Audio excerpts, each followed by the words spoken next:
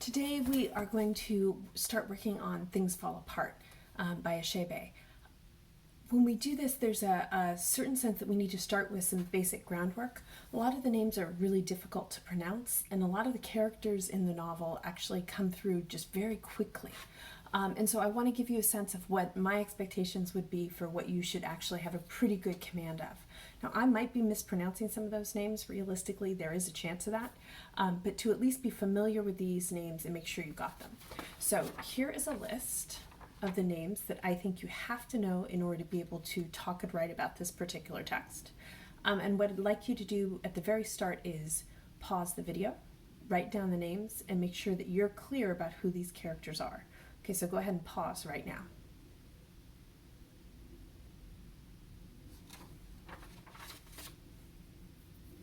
Okay, assuming you're back after having taken that quick note. So I love this novel. And I've read it probably a dozen times now, maybe, and each time I like it just a little bit more. I think it's very deceptive in that because the sentence structure is most often subject, verb, object, and because the text itself can be comprehended on a basic level, the text itself is sometimes assigned to people as young as 7th or 8th grade. But if you look at how the novel is put together, how it's assembled, the way that the characters are richly drawn, and the way that moments that appear fleeting on one page wind up having a resonant value 20 or 30 pages later. And then the way the story kind of draws you in. I think that it is probably easiest to compare it to a Shakespearean sort of story. In particular, I always envision Okonkwo, who's the central character of this particular novel, as really almost being King Lear before the play King Lear starts. And lots of times, especially when I'm teaching actors, they're really excited by the possibility of playing a role like this. It's such a complicated character, unaware of his own complications, that he's ultimately really fascinating. So actually what I'd like you to do is I'm going to give you a quote, and the quote is penned from, in my version, page 69. And the quote is that Okonkwo was not a man of thought, but of action. Okay, so in other words, he's not a man of thought, but of action. What I'd like you to do right now is pause the video, go to the discussion section, and answer the question of, can you provide me with an example of a place, a quote in the book, right, where Okonkwo shows what he's thinking by his actions, instead of having a richly developed interior conversation with himself. So can you have a place in there where Okonkwo's actions tell you what kind of person this is? So please pause this video and answer that discussion question right now.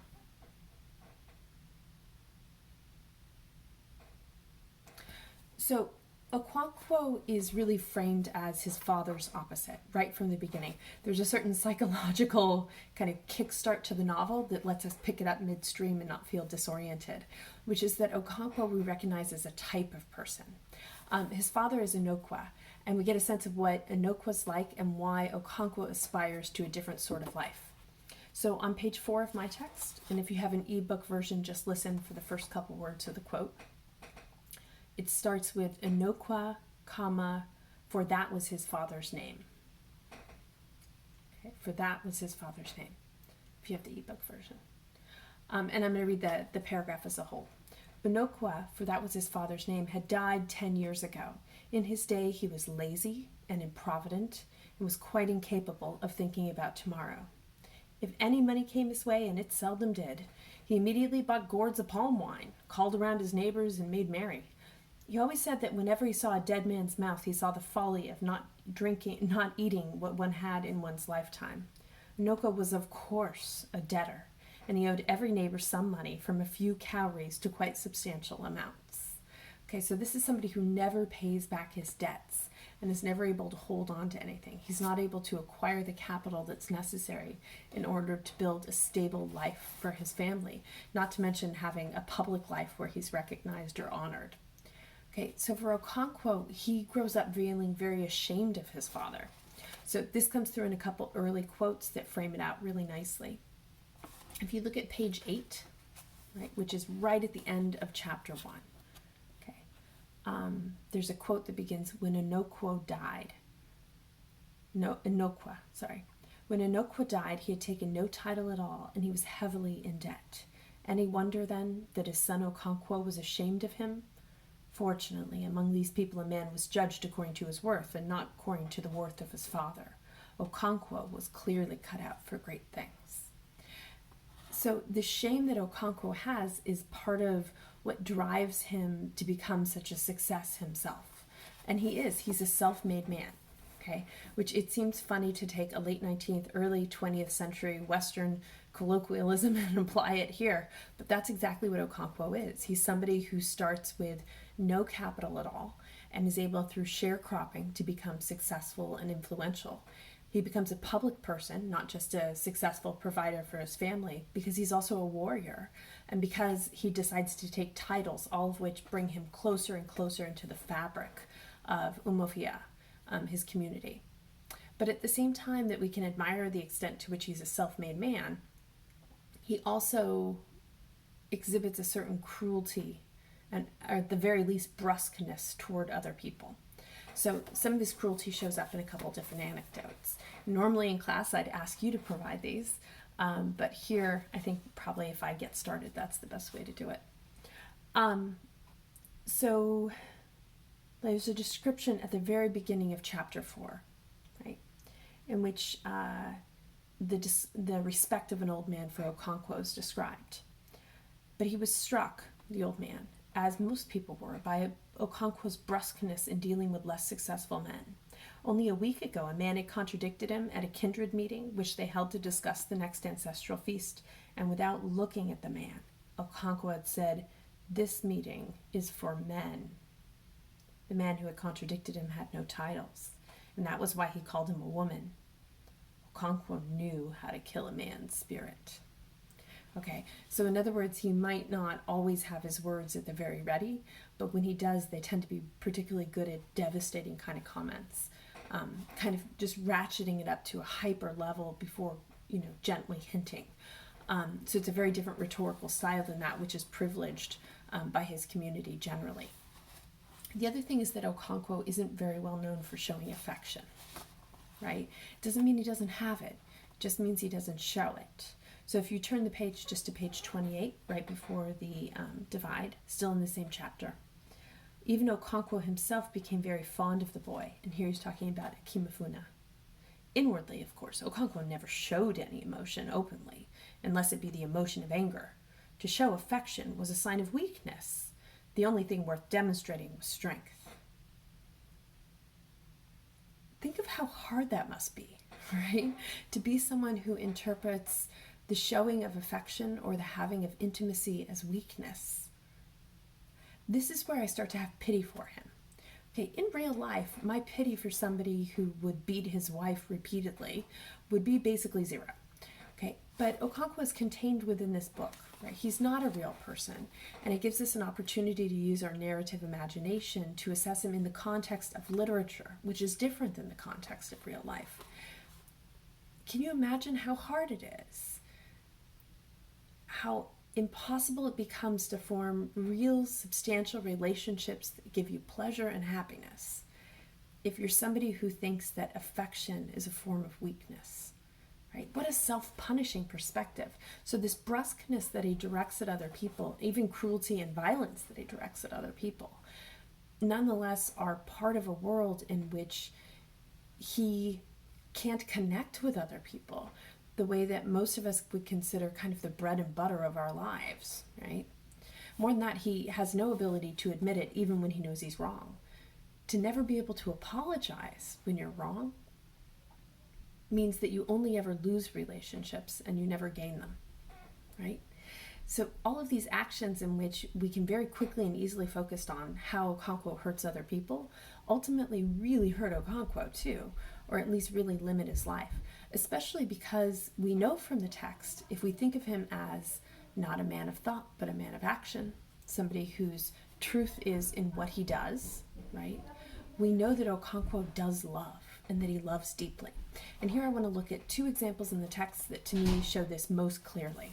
Okay, the first regarding Akimafuna. Now, Akimafuna, you should remember, right, is adopted into Umuofia and is placed in the home of Okonkwo, where he has become somebody who is son-like. Okay, he's a mentor to Okonkwo's oldest son, and he seems really truly like a pretty pleasant person to be around, like somebody who just brings a light to the family as a whole. So when the oracle declares that Ikemefuna must be murdered, right, you can imagine how this would be devastating to the family unit as a whole. But for Okonkwo, he doesn't have any of the tools you need in order to understand and process, not to mention resist, such a sort of declaration. So if we look at pages 60 to 62, that's where this really comes forward. And lest you think that I'm over-privileging the extent to which Okonkwo is a conflicted person, I'm going to take you through this passage line by line. The passage begins with one of the men, and it's at the bottom of page 60. One of the men behind him, and in this case it's behind Ikemefuna, cleared his throat, and Ikemefuna looked back.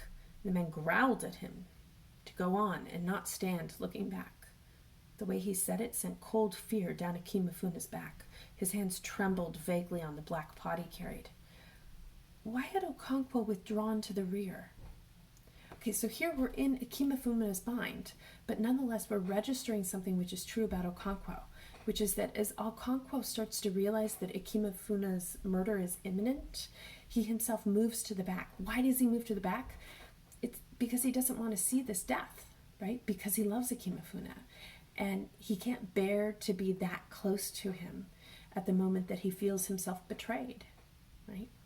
Ikemefuna felt his legs melting under him, and he was afraid to look back.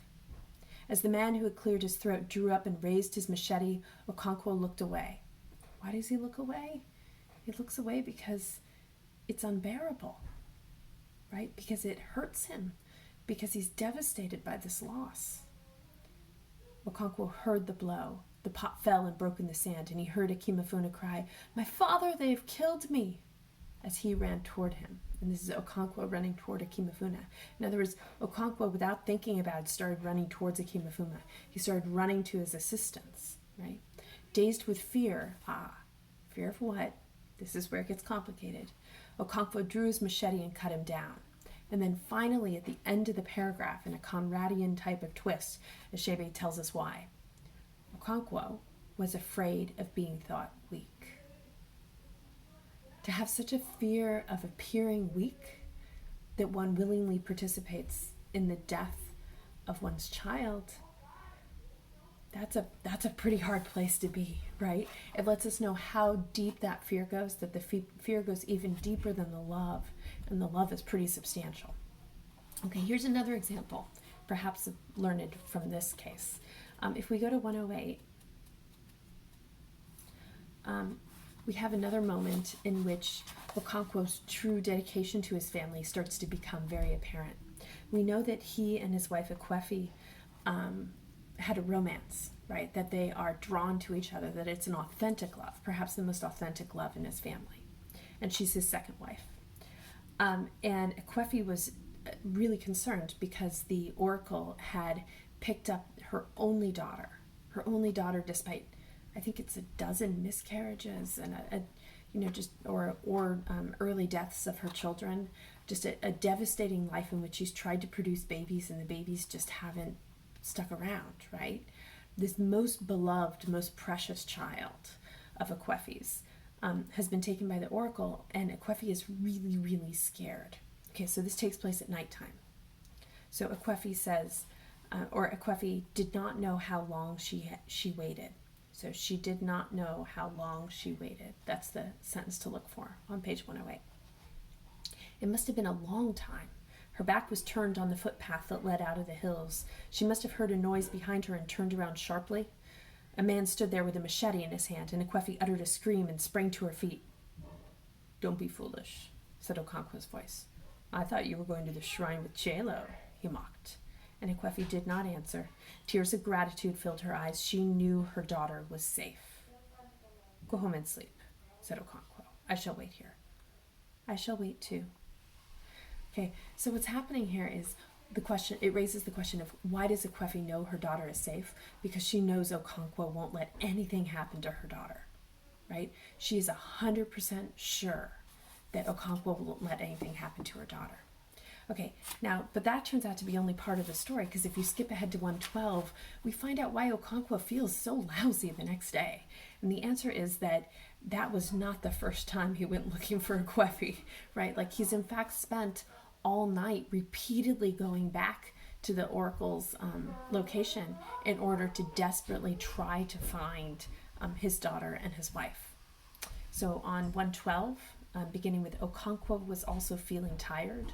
Here's the passage. Okonkwo was also feeling tired and sleepy, for although nobody else knew it, he had not slept at all last night. He had felt very anxious, but did not show it. When Ekwefi had followed the priestess, he had allowed what he regarded as a reasonable and manly interval to pass, and then gone with his machete to the shrine where he thought they must be. It was only when they got there that it occurred to him that the priestess must have chosen to go around the villages first. Okonkwo returned home and sat waiting.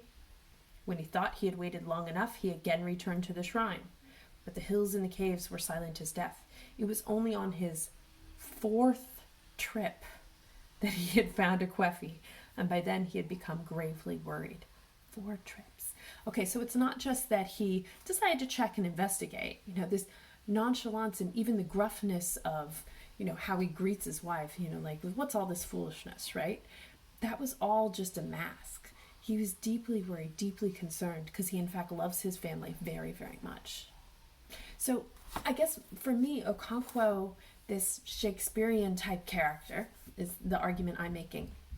It's ultimately, in fiction, somebody for whom I feel enormous amounts of pity, right? And my pity kind of colors my whole reading of the text. And so I think about how hard it must be to be happy if you think that intimacy is a sign of your weakness, right? What an impossible position that puts a person in. And so while I don't think that I would be extremely excited to have him as my father, and would find that really, really impossible to difficult, at the same time, I can empathize with him. And more than that, to me, he seems like a complete character. I feel like if I knew about a situation, I could guess how he would handle it.